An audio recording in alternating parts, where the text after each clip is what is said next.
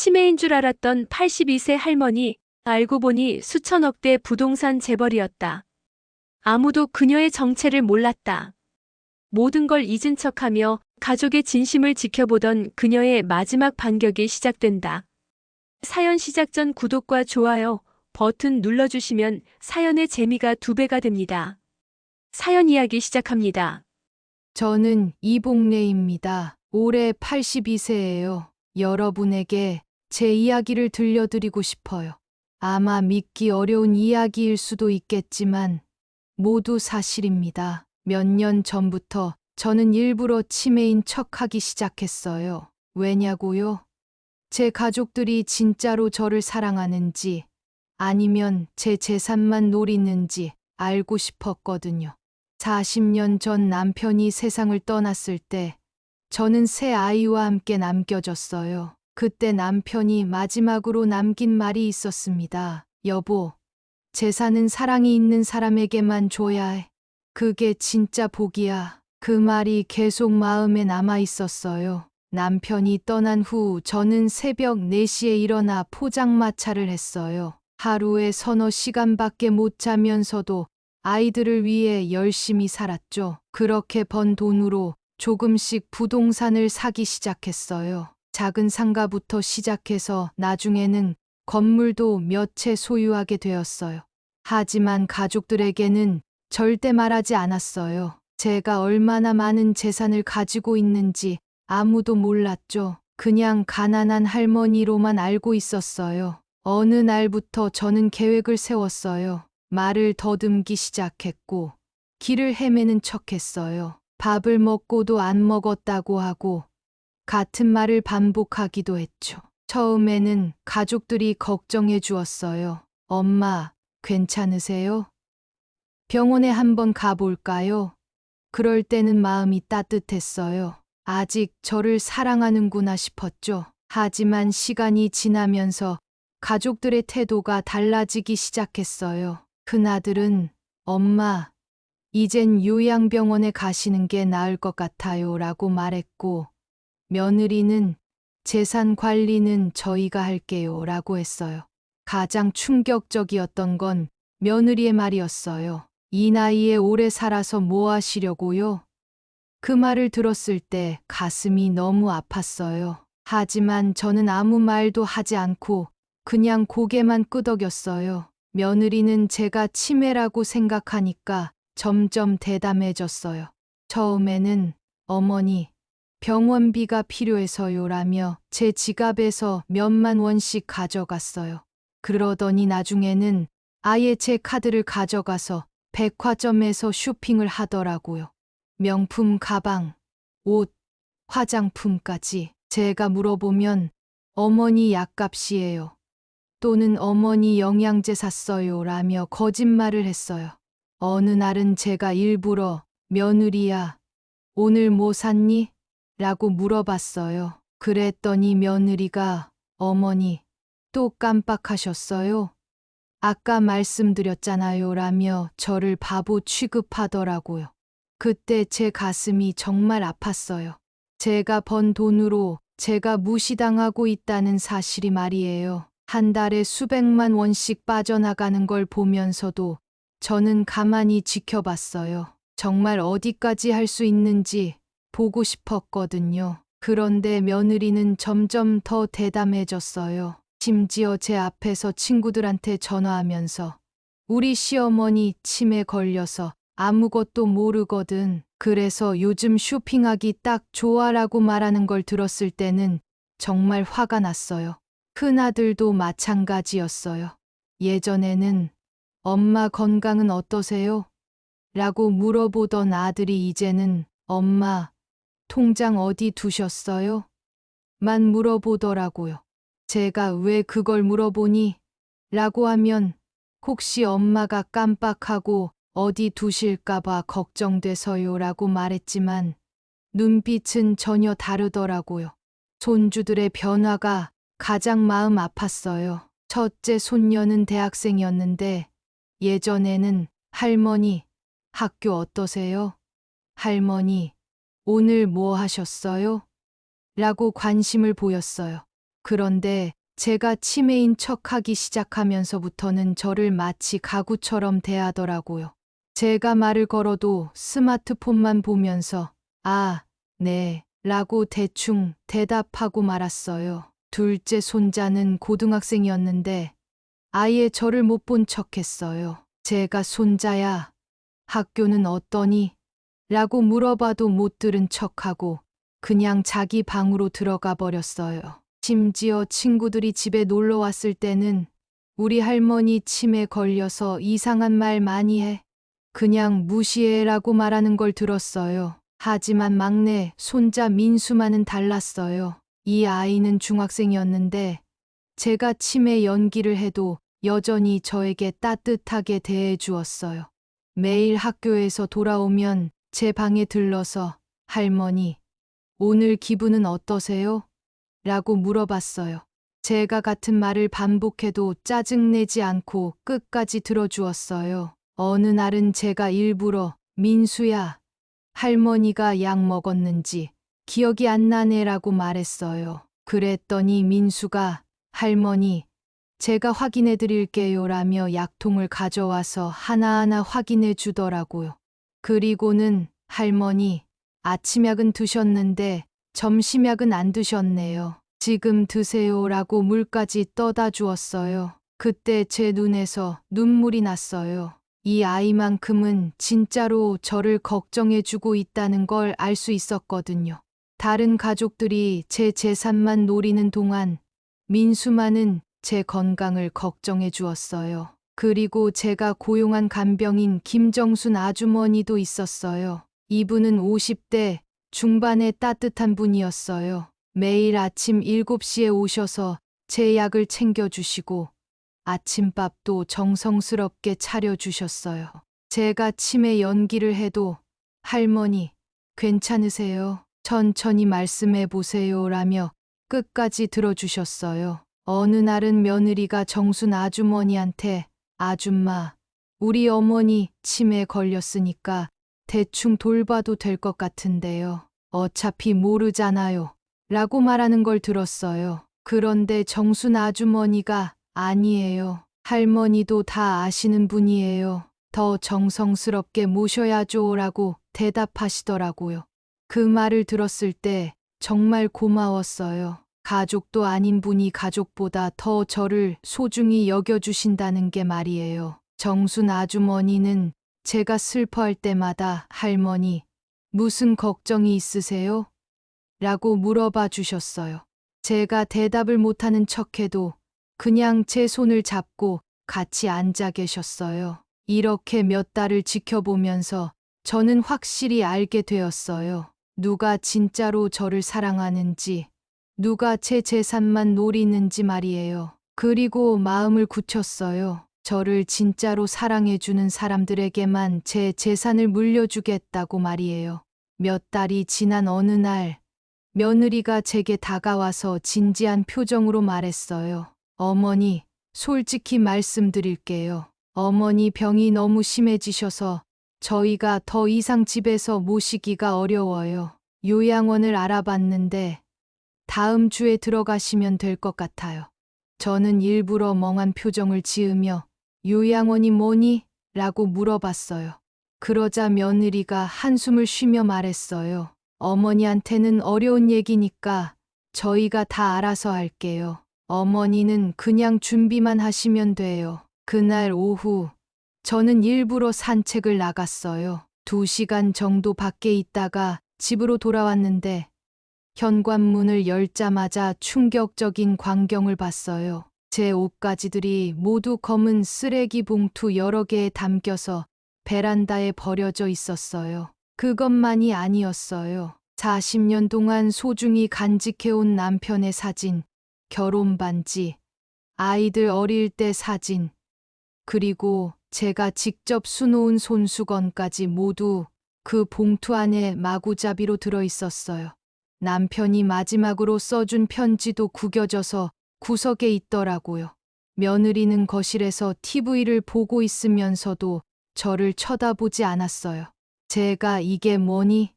라고 물어보자 며느리가 귀찮다는 듯이 말했어요. 어머니, 짐 정리해놨어요. 내일 아침에 요양원 가시니까 챙겨가세요. 그런데 왜 쓰레기 봉투에 넣어놨니? 제가 물어보자 며느리가 어이없다는 표정으로 대답했어요. 어머니, 어차피 낡은 옷들이잖아요. 새 옷은 제가 따로 사드릴게요. 그리고 그 옛날 사진들은 자리만 차지하니까 버리는 게 나을 것 같은데요. 그 말을 듣는 순간 저는 정말 화가 났어요. 하지만 참았어요. 제가 치매인 척하고 있으니까 화를 내면 안 되겠더라고요. 대신 제가 그래도 이 사진들은 소중한 건데 라고 말하자 며느리가 짜증을 내며 말했어요. 어머니, 그런 걸 언제까지 붙들고 계실 거예요? 죽은 사람 사진 보고 있으면 더 우울해져요. 이제는 현실을 받아들이세요.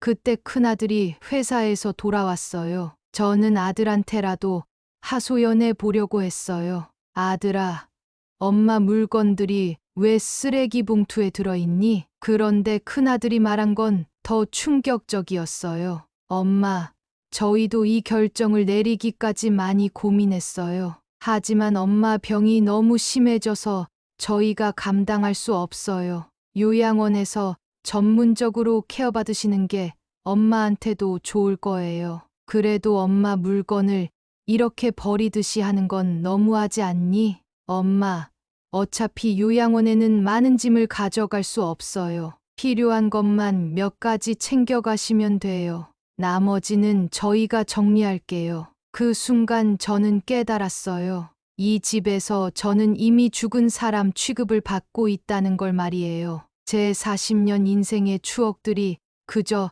자리만 차지하는 쓰레기가 되어버렸어요. 그날 밤, 며느리가 제 방에 들어와서 마지막으로 말했어요. 어머니, 내일 아침 9시에 요양원 차가 와요. 미리 준비해 두세요. 그리고 며느리가 잠시 멈췄다가 차갑게 말했어요. 이제는 저희 가족 일에 끼어들지 마세요. 어머니도 편하고 저희도 편할 거예요. 그 말을 듣고서야 저는 결심했어요. 더 이상 이 연기를 계속할 필요가 없다고 말이에요. 다음 날 아침, 저는 그 쓰레기 봉투들을 하나하나 들고 집을 나왔어요. 며느리는 문 앞에서 팔짱을 끼고 저를 바라보며 마지막으로 말했어요. 어머니, 요양원에서 편안히 지내세요. 가끔 면회 갈게요. 하지만 그 눈빛에는 다시는 돌아오지 마세요라는 메시지가 담겨 있었어요. 저는 그 무거운 쓰레기 봉투들을 끌고 아파트를 나서면서 마음속으로 다짐했어요.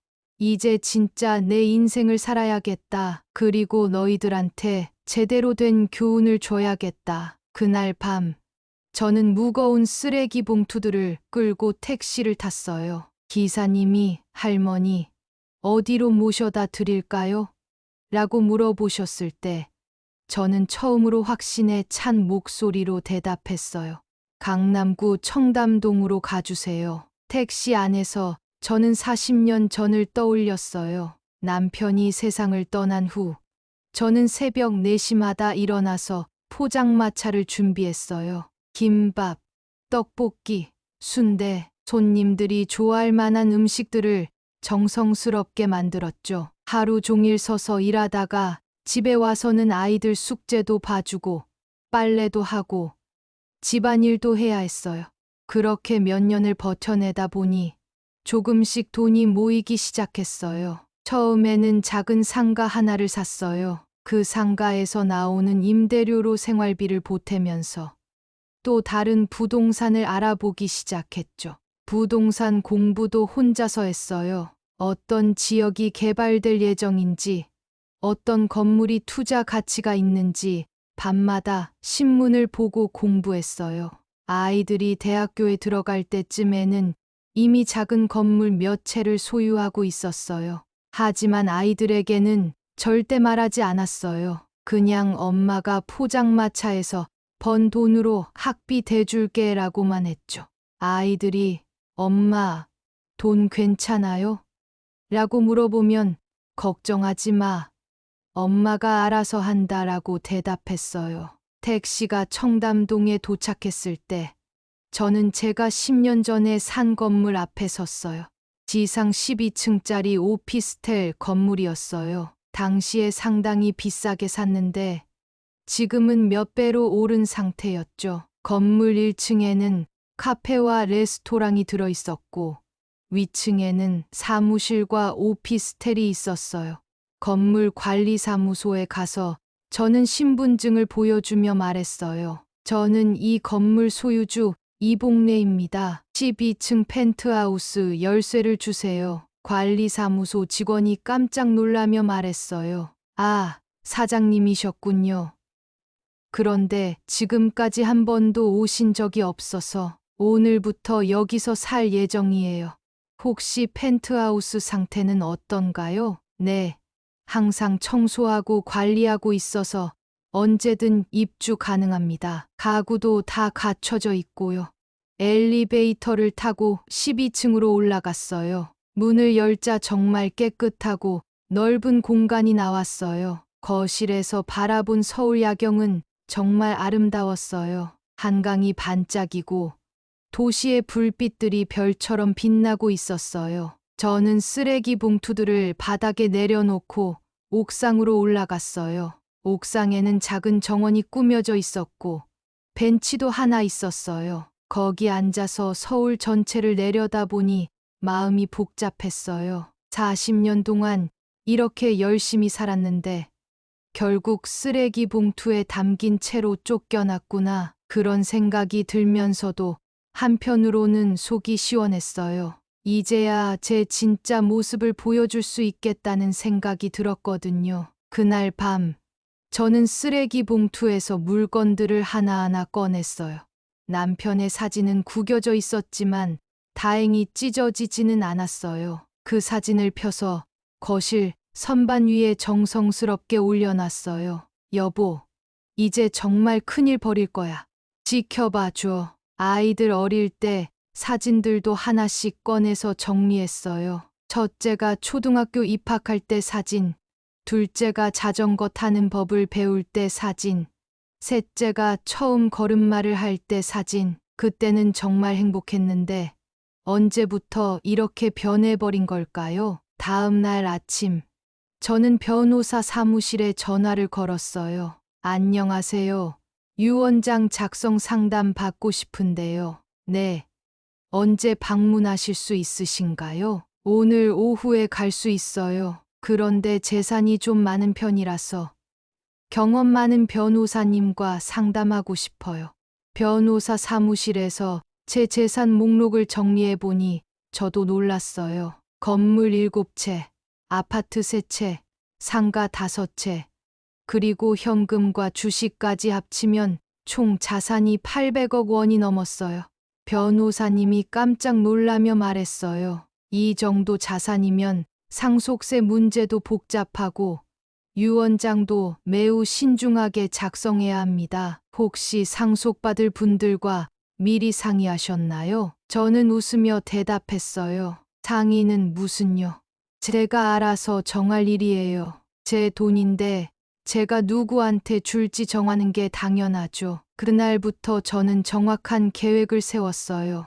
누구에게 무엇을 줄지, 그리고 어떻게 가족들에게 이 사실을 알릴지 말이에요. 특히 그동안 저를 사랑해준 민수와 정순 아주머니에게는 감사의 마음을 어떻게 표현할지 고민했어요. 마음속으로 중얼거렸어요. 이제 너희가 누군지 다 알겠다. 그리고 그에 맞는 보상을 해주겠다. 몇 주가 지난 어느 화요일 오후, 저는 변호사 이승호 선생님에게 전화를 걸었습니다. 선생님, 이제 때가 된 것 같아요. 가족들을 모두 불러주세요. 변호사님은 제 목소리가 평소와 다르다는 걸 눈치채셨는지, 할머님, 혹시 몸에 이상이라도? 라고 걱정스럽게 물으셨어요. 아니에요. 오히려 이제야 정말 중요한 일을 할 수 있게 됐어요. 그날 저녁 7시, 우리 집 거실에는 온 가족이 모였습니다. 큰아들 민수와 며느리 순이, 둘째 아들 민철과 그의 아내 영미, 그리고 세 손자 손녀들까지 물론 간병인 정순이도 함께였죠. 가족들은 제가 갑자기 가족회의를 소집했다는 사실에 의아해했지만 여전히 제가 치매 환자라고 생각하고 있었어요. 그들의 표정에서 또 할머니가 무슨 이상한 소리를 하려나 하는 마음이 읽혔습니다. 변호사님이 도착하자 저는 평소와는 전혀 다른 모습으로 자리에서 일어났어요. 등을 곧게 펴고 눈빛도 또렷하게 말이죠. 여러분을 이렇게 모신 건 정말 중요한 말씀이 있어서입니다. 제 목소리는 몇 달 전과는 완전히 달랐어요. 흐릿하고 떨리던 목소리가 아니라 40년 전 포장마차에서 손님들에게 호기롭게 말하던 그 목소리였죠. 큰아들 민수가 깜짝 놀라며 의자에서 일어났어요. 엄마, 지금 목소리가 어떻게 이렇게 또렷하세요? 병원에 가봐야 하는 거 아니에요? 며느리 순이도 당황한 표정으로 어머니, 혹시 어디 아프신 건 아니죠? 갑자기 이상해지신 것 같은데 라고 중얼거렸어요. 저는 그들의 반응을 보며 씁쓸한 미소를 지었습니다. 지금까지 얼마나 제대로 보지 않았는지가 느껴졌거든요. 심해요? 저는 천천히 그러나 단호하게 말했어요. 미안하지만 그건 다 거짓말이었습니다. 거실에 정적이 흘렀어요. 시계 소리만 똑딱똑딱 들릴 뿐이었죠. 저는 단 한순간도 정신을 잃은 적이 없어요. 오히려 그 어느 때보다도 또렷한 정신으로 여러분을 관찰할 수 있었습니다. 큰며느리 순이의 얼굴이 사색이 되었어요. 그녀가 어머니, 그게 무슨 말씀이세요? 설마 지금까지 저희를 라고 더듬거리는 걸 보니 뭔가 눈치를 챈 것 같았어요. 네, 맞습니다. 여러분이 무슨 생각을 하고 계신지, 제가 죽기를 얼마나 기다리고 계신지, 제 재산을 어떻게 나눌 계획인지 다 들었어요. 둘째 아들 민철이 황급히 변명하기 시작했어요. 엄마, 그건 오해예요. 저희가 언제 그런 말을, 오해? 저는 차분하지만 날카로운 목소리로 말했어요. 그럼 지난달에 순이가 빨리 돌아가셨으면 좋겠다고 한 말도 오해인가요? 민수 씨가 요양원비가 아깝다고 한 것도요. 가족들은 아무도 말할 수 없었어요. 그들의 얼굴에서 충격과 당황, 그리고 죄책감이 교차하는 걸 볼 수 있었습니다. 저는 변호사님에게 눈짓을 보냈고 그분이 서류 가방에서 봉인된 유언장을 꺼내셨어요. 이제 제 진짜 유언을 발표하겠습니다. 변호사님이 유언장의 봉인을 뜯고 읽기 시작했어요. 고 박말순 여사의 유언장. 이 유언장은 본인이 정신이 온전한 상태에서 자필로 작성한 것임을 밝힙니다. 저는 가족들의 얼굴을 하나씩 바라보며 말했어요. 먼저 막내 손자 지훈이에게는 강남의 상가 건물 2채와 현금 5억 원을 상속합니다. 19살인 막내 손자 지훈이가 눈을 휘둥그렇게 뜨며 저를 바라봤어요. 아직 대학생인 그 아이는 상속이라는 단어조차 제대로 이해하지 못하는 것 같았어요. 지훈아, 할머니가 치매라고 생각했을 때도 너만은 매주 빼먹지 않고 안부를 묻고 학교 이야기도 들려주고 할머니 손을 잡고 함께 산책도 했지. 다른 가족들이 모두 등을 돌렸을 때도 너만은 변함없이 할머니를 사랑해줘서 고마웠다. 지훈이의 눈에서 눈물이 흘러내렸어요. 할머니, 저는 그냥 할머니니까 당연한 거였는데요. 그 순간 큰아들 민수가 벌떡 일어나며 소리쳤어요. 엄마, 이게 뭐예요?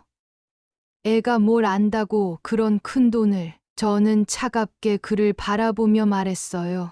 당신 아들이니까 당신이 잘 아시겠지만 지훈이는 당신보다 훨씬 더 인간다운 마음을 가지고 있어요. 그리고 계속해서 유언을 발표했습니다. 간병인 김정순 여사에게는 현금 3억 원과 이 집을 평생 사용할 수 있는 권리를 드립니다. 정순이가 깜짝 놀라며 할머님, 그러시면 안 되죠. 저는 그냥 제 일을 한 것뿐인데 라고 말했어요. 정순이, 당신은 제 가족들보다 더 가족 같았어요. 제가 밤에 잠들지 못하고 끙끙댈 때 등을 쓸어주고 맛있는 죽을 끓여주고 무엇보다 저를 한 사람의 인간으로 대해줬어요.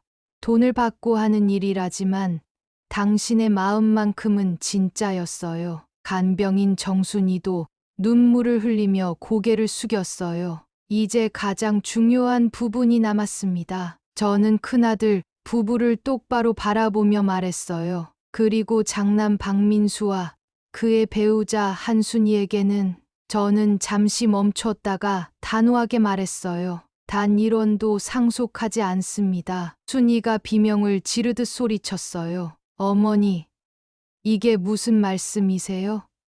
제가 언제 어머니를 함부로 대했다고? 함부로요? 저는 냉소적으로 웃었어요. 당신이 제 등 뒤에서 한 말들을 녹음해둔 게 있는데 들어볼까요? 변호사님이 작은 녹음기를 꺼내 재생 버튼을 눌렀어요. 며느리의 목소리가 또렷하게 들려왔습니다. 언제까지 저 할머니 때문에 우리가 고생해야 해? 빨리 돌아가셨으면 좋겠어. 요양원비만 해도 한 달에 얼마인데. 큰아들의 목소리도 이어졌어요. 엄마 재산이 얼마나 되는지 확인해 봤어? 부동산만 해도 100억은 넘을 텐데 빨리 정리해야지. 녹음이 끝나자 거실은 다시 조용해졌어요. 큰아들과 며느리는 얼굴을 들 수 없었죠. 며느리 순이가 무릎을 꿇고 울기 시작했어요. 어머니, 죄송해요. 정말 죄송해요. 제가 잘못했어요. 그때는 정말 힘들어서 어떻게 우리한테 이럴 수 있어요? 저는 그녀를 내려다보며 조용히 대답했어요. 순이 씨, 제가 당신한테 뭘 잘못했나요? 오히려 당신이 이 집에 들어온 지 20년 동안 제가 얼마나 많은 걸 참고 넘어갔는지 기억해 보세요. 당신이 시어머니인 저를 무시하고 뒤에서 욕하고 심지어는 빨리 죽었으면 좋겠다고 말할 때도 저는 참았어요. 왜냐하면 제 아들이 선택한 사람이고 제 손자들의 엄마니까요. 큰아들 민수가 끼어들었어요. 엄마, 그래도 저는 엄마 아들이잖아요. 40년 동안 키워주신 정이 있으시잖아요. 저는 그를 바라보며 깊은 한숨을 쉬었어요. 민수야, 정이라는 게 일방적인 건 아니야. 저는 너를 위해 40년을 살았어. 새벽 4시에 일어나서 포장마차 준비하고 밤 12시까지 일했지. 하루에 34시간밖에 못 잤어. 그 돈으로 너희들 학비 대고 결혼식 비용 대고 집 사는데 보태주고. 내가 언제 내 돈을 내 맘대로 써본 적이 있나? 제 목소리가 점점 떨리기 시작했어요. 40년간 쌓인 서러움이 밀려왔거든요. 그런데 너희들은 뭐 했어? 내가 몸이 아프고 정신이 흐려진다고 생각하자마자 짐짝 취급했지. 요양원에 버리려고 했고 내 재산만 계산했어. 둘째 아들 민철이 조심스럽게 말했어요. 엄마, 저희도 잘못한 게 있지만 그래도 가족인데 이렇게까지 하시는 건 가족. 저는 쓴웃음을 지었어요. 가족이라는 건 서로 아끼고 사랑하는 사람들을 말하는 거야. 한쪽만 주고 한쪽만 받는 건 가족이 아니라 이용당하는 거지. 제가 치매 연기를 한 건 좋은 일은 아니었을 거예요. 하지만 그 덕분에 누가 진짜로 저를 사랑하는지 확실히 알 수 있었어요. 변호사님이 조용히 말씀하셨어요. 할머님의 유언은 법적으로 완전히 유효합니다. 이 일을 제기하실 수는 있지만 녹음 자료와 증인들이 있어 번복되기는 어려울 것 같습니다. 큰며느리가 마지막으로 애원했어요. 어머니, 그래도 우리 애들 생각해서라도 지훈이만 저렇게 많이 주시면 형들은 어떻게 해요? 저는 그녀를 차갑게 바라봤어요. 당신 아들들이 할머니를 어떻게 대했는지 기억해 보세요. 지훈이처럼 할머니를 사랑했나요? 아니면 부모를 따라서 할머니를 귀찮아했나요? 실제로 큰 손자와 둘째 손자는 지난 몇 달 동안 저를 거의 찾아오지 않았어요. 어쩌다 와도 스마트폰만 들여다보고 빨리 가려고만 했죠. 그날 밤 가족들이 모두 돌아간 후 저는 지훈이와 간병인 정순이와 함께 차를 마시며 이야기를 나눴어요. 할머니, 정말 괜찮으세요? 이렇게 하시면 할머니도 마음이 아프실 텐데. 지훈이가 걱정스럽게 물었어요. 지훈아, 할머니가 82년을 살면서 배운 게 있다면 진짜 사랑과 가짜 사랑을 구별하는 법이야. 아픈 마음보다는 이제 후련한 마음이 더 커. 정순이도 걱정스러운 표정으로 말했어요. 할머님, 그래도 가족인데 나중에 후회하시는 거 아니에요? 정순이, 당신도 이제 제 가족이야. 혈연이 가족의 전부는 아니거든. 마음으로 이어진 사람들이 진짜 가족이지. 그 후 몇 주 동안 큰아들과 며느리는 계속 연락을 해왔어요. 처음에는 화를 내더니 나중에는 눈물로 용서를 빌었죠. 하지만 저는 마음을 바꾸지 않았어요. 민수야, 엄마가 냉정한 게 아니야. 그동안 너무 많이 참았던 거지. 이제는 진짜로 나를 사랑해주는 사람들과 살고 싶어. 큰아들이 마지막으로 찾아왔을 때 이런 말을 했어요. 엄마, 그래도 제가 잘못을 깨달았잖아요. 이제부터라도 잘해드릴게요. 민수야, 사랑이라는 건 깨달아서 하는 게 아니야. 저절로 나오는 거지. 당신이 지금 하는 말도 결국은 유산 때문인 거 알고 있어. 그는 더 이상 할 말이 없어서 그냥 돌아갔어요. 대신 지훈이는 더 자주 저를 찾아왔어요. 대학 수업이 끝나면 곧바로 달려와서 하루 있었던 일들을 들려주고 함께 저녁을 먹었어요. 할머니, 제가 이렇게 많은 걸 받아도 되나요? 형들한테 미안해요. 지훈아, 미안해할 건 없어. 할머니가 살아있을 때 할머니를 사랑해준 대가야. 그 사랑은 돈으로 살 수 없는 거거든. 간병인 정순이도 이제는 정말 가족이 되었어요. 아침에 일어나면 함께 산책하고, 함께 요리하고, 저녁에는 드라마도 보면서 웃고 울었어요. 할머님, 제가 할머님 곁에 있을 수 있어서 정말 행복해요. 제 친어머니보다 더 소중해요. 정순이, 나도 마찬가지야. 당신이 없었다면 이 힘든 시간을 어떻게 견뎠을지 몰라. 어떤 사람들은 제가 너무 냉정하다고 했어요. 하지만 저는 후회하지 않았어요. 82년을 살면서 이제야 진짜 제 자신을 위한 선택을 한 거니까요. 지훈이는 상속받은 돈으로 사업을 시작했어요. 작은 카페였지만 정성껏 운영해서 손님들에게 인기가 좋았어요. 그리고 수익의 일부를 항상 저에게 가져와서 할머니 용돈이라고 했어요. 지훈아, 그 돈은 내가 써. 할머니는 이미 충분해. 아니에요.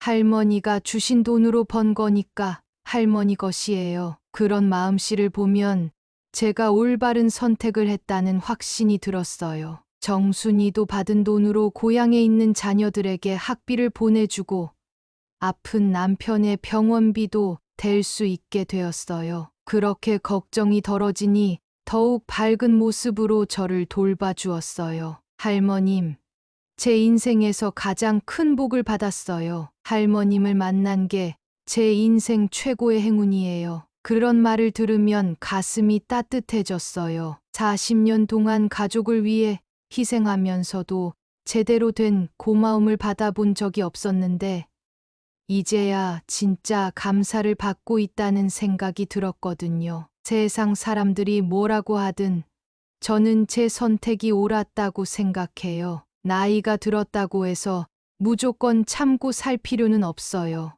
마지막까지 자신의 존재를 소중히 여겨야 해요. 지금 저는 행복해요. 비록 가족의 수는 줄었지만 진짜로 저를 사랑하는 사람들과 함께 있으니까요. 여러분께 하고 싶은 말이 있어요. 사람은 돈이 있을 때와 없을 때, 건강할 때와 아플 때, 힘이 있을 때와 약할 때의 모습이 다를 수 있어요. 하지만 진짜 사랑은 그런 상황에 상관없이 변하지 않아요. 제가 치매 연기를 한 건 좋은 일은 아니었을 거예요. 하지만 그 덕분에 누가 진짜로 저를 사랑하는지 알 수 있었어요. 그게 제 인생에서 가장 큰 재산이에요. 나이가 들고 몸이 약해진다고 해서 사람의 존재 가치가 떨어지는 건 아니에요. 오히려 그럴 때일수록 따뜻한 사랑과 관심이 필요해요. 에펠러우 82세의 지혜. 지금 저는 82세예요.